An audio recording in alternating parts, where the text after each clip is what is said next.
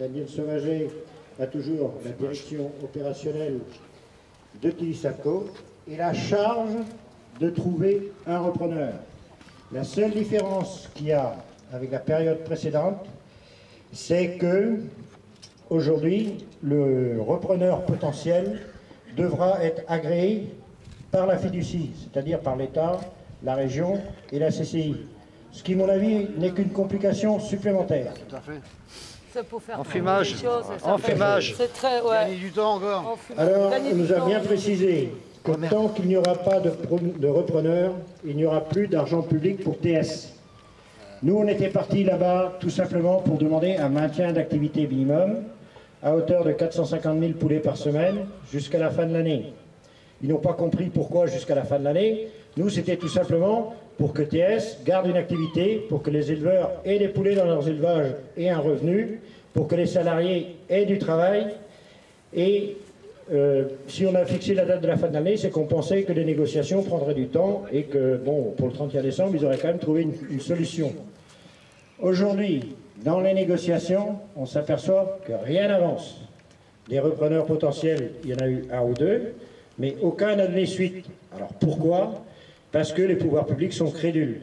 Dans un modèle économique qui n'est pas viable, avec des pertes d'exploitation de 400 € de la tonne, autant pour Doux que pour Tilisaco, ça me paraît évident.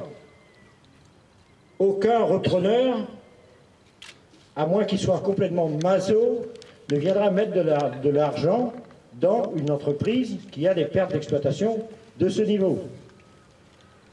La situation de Tilisaco aujourd'hui, sur le plan financier, n'est pas catastrophique. Daniel Sauvaget s'est débrouillé pour acheter des créances. La dette de Tilisaco n'est pas énorme. De ce côté-là, on s'est bien débrouillé. Sauf que l'État, par facilité, et on a été déçus de ça, malgré toutes les informations qu'on a au niveau de la filière, pense toujours que le modèle Doux est performant et que Tilisaco ne sait pas faire. Merci Marion, exactement. Alors cet homme-là, aujourd'hui, il va envoyer la filière au tas, tout simplement, pour des intérêts financiers. Enfumage. C'est de l'enfumage, c'est clair. Alors, l'intervention de Triscalia, Georges Gallardon, et de Dominique Sicone et de Dominique Bricard, elle a été égale à elle-même, elle a été égale à celle de Marly, en disant que si on ne trouve pas de solution pour maintenir un minimum d'activité, le parc de reproductrices va être abattu très rapidement.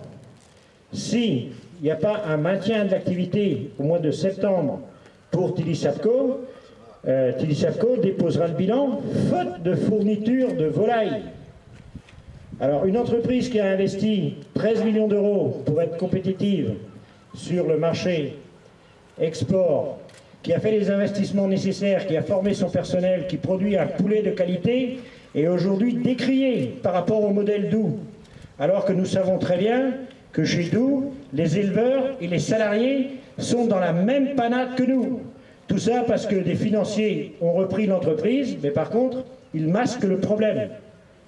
Mais les pouvoirs publics, au vu de la démarche qu'ils ont eue aujourd'hui, se contentent de dire Doux continue à produire des volumes, etc., etc. Or, on sait très bien que leur situation, 15 000 tonnes par mois, 400 €, même s'ils sont plus performants que nous, ils perdent 5 millions d'euros par mois et que ça ne pourra pas durer. Donc, j'ai l'impression qu'une entreprise qui a fait les efforts, au nom de la réglementation européenne et de l'incompatibilité des aides avec la réglementation européenne, ne sera pas soutenue. Alors, on nous dit, pour l'autre consolation, que si l'entreprise Tilisaco a un repreneur, dans un plan de retournement, c'est-à-dire dans un plan où il y a un repreneur, l'État, dans ce cadre-là, est capable de mettre de l'argent pour démarrer les mises en place rapidement. Sauf que le repreneur, on ne l'a toujours pas. Et que si la mission de chercher un repreneur, dans le cadre de la fiducie, est confiée uniquement à Daniel Sauvaget, nous leur avons fait comprendre que Daniel Sauvaget, aujourd'hui, il a tout perdu. Et qu'il faut encore qu'il fasse le boulot à la place de l'État, à la place des pouvoirs publics. C'est inadmissible. Inadmissible. Donc, il y a eu une rencontre avec notre client principal, de M. Morin et de son assistant, une rencontre avec Abar la semaine dernière. J'ai appris que M. Morin a déclaré à Abar qu'il ne croit plus en l'export et dans ce modèle économique-là, qu'il fallait revenir sur le marché français. Est-ce que c'est comme ça qu'on trouve des solutions en décriant l'entreprise? Alors, on a demandé à Stroda de provoquer sous son égide un rendez-vous avec Abar, Triscalia, Terena, Daniel Sauvaget et les producteurs. Mais il ne faut pas penser que la totalité de la solution se trouve là. Donc, on a l'impression qu'on n'a pas avancé du tout. En nous disant qu'on se contente de se dire qu'ils se battent tous les jours sur le dossier, etc. Mais je me demande bien quelle est leur efficacité. Quelle est leur efficacité? Depuis 18 mois, on entend le même discours. Et à la sortie d'une réunion comme aujourd'hui, il va falloir qu'on leur montre qu'on est déterminé. Je vais attendre que Corinne revienne pour qu'elle prenne la suite. Je suis à côté de toi, Jean-Pierre. Elle est là. Elle est là, Corinne. Elle est là à côté de toi. La chef est là. L'autre point positif, c'est que la réunion du mercredi 16 est maintenue avec les salariés. Elle est à bout, Corinne. Qu'est-ce que ça va vous apporter de plus? Elle est à bout, Corinne. Ah ouais, mais ça va nous Passe-lui le apporter micro, quoi, la passe-lui le micro à Corinne, là. De mercredi, là, C'est pareil que pour la CECAB avec GAD. Là, il n'y aura pas de coupure, il n'y a pas de censure. Hein, ça va être diffusé sur Internet. J'ai résumé à peu près ce que j'avais écrit sur mon bout de papier. J'ai vérifié si j'ai rien oublié. Mais si j'ai oublié quelque chose, Corinne va vous le dire. Et je peux vous dire aujourd'hui qu'on doit tenir une pression maximum, éleveurs et salariés, main dans la main. On est tous dans la même galère. Les éleveurs et les salariés de Doubs sont dans la même galère que nous. Il faudra qu'on en prenne conscience. Alors le temps que Corinne parle et qu'on discute un petit peu entre nous, je pense qu'on ne va pas rester inactif aujourd'hui. Ah bah non, on arrache les barrières là, on les arrache. Maintenant, il faut qu'on soit tous solidaires, tous ensemble, GAD, Tilly et nous, et puis qu'on bouge tout. Les gars, vous en pensez quoi? Je vous filme, je te jure, je moi je dis qu'il faut qu'on soit tous solidaires, tous en même temps, GAD, Tilly, Edou, et puis il faut que ça pète. Parce qu'on s'est rendu compte qu'en arrivant là-bas, on nous a fait déplacer, on a perdu 5 heures. Vous êtes venus ici, on n'était même pas avec vous. Tout ce qu'on a entendu, c'est une Lituanie pour nous rappeler tout ce que l'État, la région avait déjà fait. Voilà. Ensuite, c'était quand les questions concrètes ont été posées.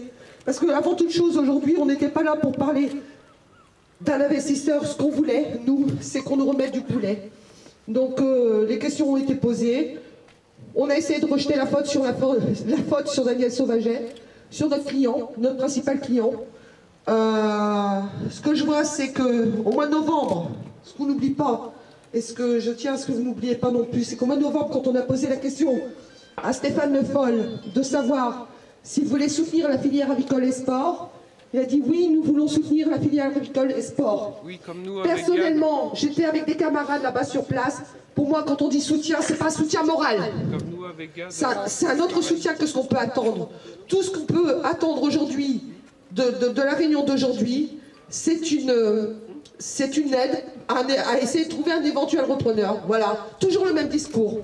Alors, je vous avoue que je ne suis pas plus avancée que vous. Je suis revenue tout à l'heure, ça m'a laissé une heure pour décompresser parce que je ne vois plus d'issue. Je ne vois plus de solution. Personnellement, ce que je trouve formidable, c'est qu'aujourd'hui, les salariés et les éleveurs sont ensemble. Parce qu'on travaille, on est toute une filière à travailler, et que même si on n'est pas sur le même statut, si une activité s'arrête, l'autre aussi. Donc l'issue de l'entreprise, je ne la vois pas rose. Je crois qu'on va encore être obligé de se battre. Le discours de mettre en opposition le discours de Daniel Sauvaget et d'Arnaud Marion, les deux entreprises, il est encore valable. On se rend compte qu'il y a une politique de l'autruche qui est appliquée. On ne veut pas s'en rendre compte. Il a été dit aujourd'hui, ce que les représentants du personnel ont dit, et ont répété, et ça vous le savez, c'est que l'argent qui va servir certainement à un plan social doit être investi normalement dans l'entreprise pour nous permettre de faire vivre 1000 personnes dans 1000 emplois directs. Au nombre de familles, vous le multipliez par 2. En emploi direct, vous multipliez par 3. Cet argent qui va l'octroyer éventuellement au mois de septembre, là, à nous payer des formations pour aller faire l'aide à la personne ou au transporteur routier. Cet argent-là, nous, on veut en tant que salariés qu'il arrive dans la filière pour qu'il puisse permettre à toutes ces familles qui sont ici présentes de pouvoir vivre, décider et travailler chez nous. Voilà, on ne veut pas être payé au chômage, nous on veut être payé à travailler chez Tilly. Donc ce qu'on demande, mercredi prochain nous avons une réunion. Ce que l'on va demander, ce que l'on va démontrer, c'est le coût d'un plan social chez Tilly Sapco. Simplement chez Tilly, on ne pourra même pas parler des efforts puisqu'on ne connaîtra pas l'impact. Nous, en tant que représentants des salariés, rien que le coût d'un plan social chez Tilly Sapco. Et le coût d'un plan social chez Tilly Sapco va coûter 3 fois plus cher que l'argent qu'on demande pour faire finir. Voilà. C'est dégueulasse ce qui est en train de nous arriver. Dégueulasse. C'est mon boulot. Alors, il faut savoir une chose aussi, sincèrement, je vous remercie d'être venu présent, parce que bon, je sais qu'il y a des gens qui ne travaillent pas dans la filière ici, mais qui sont là en soutien. Je voulais remercier aussi le maire de Carhaix, parce que je ne sais pas s'il a dit, mais il nous a envoyé des messages de soutien, il nous a donné la sono, et ça, je tenais quand même à le faire. C'est pas fini, hein. On baisse pas les bras, mais bon, c'est la tension qui retombe un petit peu aujourd'hui, et puis on parle avec notre cœur. On va réfléchir. On va réfléchir, on va trouver une solution, mais on va essayer... Non, mais il est hors de question. Attends, on en discutera ensemble. Il est hors de question. Il est hors de question, avec tous les efforts qui ont été investis, tout l'argent qui a été investi, tous les efforts que les salariés ont consentis, tous les efforts que les éleveurs ont fait, qu'on se laisse décider du jour au lendemain de fermer l'entreprise. Parce que même si ça n'a pas été dit aujourd'hui officiellement, ça a été sous-entendu. Et combien de fois, quand il y avait les sous-entendus, ça se réalisait. Il est hors de question de se laisser faire. Alors on va réfléchir à quelque chose. Aujourd'hui, on ne le connaît pas. On ne sait pas ce qu'on va faire. Mais on va faire quelque chose. Alors je suis désolée, d'habitude je suis beaucoup plus emprunt à discuter, j'ai les mots qu'il faut, mais bon, je suis comme vous. Regardez comment on est je suis filmé. salarié et je risque de faire mon travail comme vous. Voilà. Regardez comment on est filmé, comment on est fiché. Ce que Corinne... Parce que Tilly Sapco ne fermera pas. Ce que... Mettez-vous ça bien dans la tête, les politiciens. Vous nous connaissez mal. Parce que ça, vous fermerez jamais Tilly Sapco, ni la filière. Vous avez vu le malheur que vous allez faire encore à la Bretagne. On ne cédera pas. Sûrement pas. On ne cédera pas. Merci Pascal, merci Corinne. Après, dans ce que j'ai oublié de dire tout à l'heure, c'est que la première réunion, effectivement, bon, on n'y avait que les fournisseurs et la filière. La deuxième réunion, il y avait les salariés, et je remercie les salariés. Parce que leurs interventions ont été très bonnes, très efficaces. Aussi bien Daniel Mével que Corinne se sont battus dans leurs interventions pour la reprise des mises en place. Et savent très bien que sans poulet, il n'y a aucun avenir pour Tilly Sapco. Et donc, je peux vous dire que autant Morin n'a pas le cœur sur la main, autant Stroda, elles l'ont ému, et fortement ému. Donc j'espère que quand on arrive à émouvoir un préfet à ce niveau-là, qu'il y aura une réaction derrière. Parce que s'il n'y a pas de réaction derrière, je pense qu'on va être obligé de se déchaîner. Aujourd'hui, on est venu ici à Saint-Brieuc. Je peux vous dire qu'on a croisé 15 quarts de CRS. Ils sont là. Là-haut, là. Bon, c'est pas comme ça qu'on va régler les problèmes. Nous, de toute façon, on n'est pas des cons. On va pas s'affronter aux CRS qui sont là derrière. Si on fait une action aujourd'hui, ce ne sera pas ici. On a des voitures, on va se déplacer, on va cibler l'action, mais ce ne sera pas ici. On n'a pas à se friter avec ces gens-là. Ils y sont pour rien. Eux, ils obéissent aux ordres. Mais si on fait quelque chose, on va prendre le temps de réfléchir. Mais ça ne va pas être ici. Parce que aller se bastonner avec ils sont que 16 camions, hein. Ouais, mais bon, ça sert à rien. À se prendre des grenades dans la gueule, ça sert à rien du tout. Alors, mais elles peuvent en On prendre va dans la prendre gueule le temps aussi. de réfléchir 5 minutes. Ils peuvent en prendre dans la Et gueule s'il y a aussi. d'autres personnes qui veulent intervenir pour donner leur avis après nos interventions, ben, le micro est disponible. Les éleveurs, vous avez quelque chose à dire aussi peut-être? Non, je suis un mec du bâtiment, moi. Je suis un mec du bâtiment. Est-ce que Jean-Paul est de retour? Il faut attendre que Jean-Paul Mazet soit de retour déjà, parce qu'ils sont peut-être restés encore, parce que nous on est venus, parce qu'on savait que vous nous attendiez. Mais bon, je pense que Jean-Paul, Sicone, Galardon et Dominique Bricard sont restés sur place pour encore essayer de négocier hors réunion avec le préfet. Ouais, une bonne demi-heure. Donc ils ont peut-être d'autres choses à rajouter par rapport à ce qu'on a dit. Donc on a une petite demi-heure pour réfléchir. Voilà le résultat. Et le bâtiment, il n'a pas le droit de parler. Ah ouais, voilà le résultat. Vous avez vu Le bâtiment, vous mourrez, vous êtes 15 000 clients potentiels en moins pour nous. Excusez-moi, j'ai pas l'habitude de parler en public, j'ai vraiment pas l'habitude. Je suis un mec du bâtiment, j'ai été 10 ans artisan, j'ai eu 5 ouvriers pendant 10 ans. En 2008, je me suis fait casser la gueule par la crise. Aujourd'hui, je viens soutenir Tidi, je viens soutenir GAD pour la bonne raison que simplement 4 000 emplois en moins, 15 000 emplois indirects, c'est 15 000 emplois en moins pour le bâtiment. Des clients potentiels en moins. Tout le monde se casse la gueule et normalement ça tous ensemble. Alors maintenant les gens, réveillez-vous s'il vous plaît. J'ai rien à dire d'autre. À qui veut parler voilà. Qui veut le micro là? Personne ne veut parler là. Bon bah voilà. Je sais pas. Je jette le micro quoi. Je vais pas te filmer. Non mais c'est vrai quoi, je suis un mec du bâtiment et vous coulez, moi je coule avec vous les gars.